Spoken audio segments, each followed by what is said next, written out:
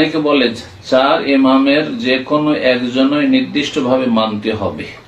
4 ইমামের একজনকে মানতে হবে কেন? কোন কোরআনের আয়াত আছে, কোন হাদিস আছে মানতে হবে? আমাদের সবচেয়ে বড় ইমাম রাসূলুল্লাহ সাল্লাল্লাহু আলাইহি ওয়াসাল্লাম। সুতরাং 4 ইমামের একজনকে মানতে হবে। আবু হানিফাকে, শাফিকে, মালিককে আর আহমদকে ভবিষ্যৎবাণী করেছেন রাসূলুল্লাহ সাল্লাল্লাহু আলাইহি ওয়াসাল্লাম যে আমার এতদিন পরে ইমামগুলি আসবেন, তাদের তোমরা কোন একটা তরিকা ধরে নিয়ে এ কথা বলেছেন।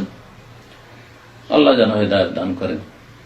কিন্তু তারাই আবার আকীদার ক্ষেত্রে অন্য ব্যক্তিদের অনুসরণ করে। জি হ্যাঁ, এই দেখেন তাদের কি অবস্থা। জি, আবু হানিফা রাহিমাহুল্লাহ মোকাল্লেদ হয়ে ফিকহে, শুধু ফিকহে মোকাল্লেদ হয়ে হানাফি হয়ে গেল, কিন্তু আকীদা আবু হানিফা রাহিমাহুল্লাহ নেবেন না, সেখানে আবু মানসুর মাতুরিদির আকীদা নেবে।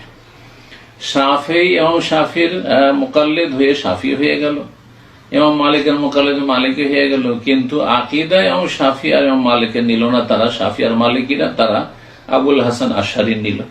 আলহামদুলিল্লাহ, হানাফিরা অনেক ভালো যে তারা ইমাম আহমদ বিন হাম্বলের আকীদাও নিয়েছে এবং ফিকহও নিয়েছে।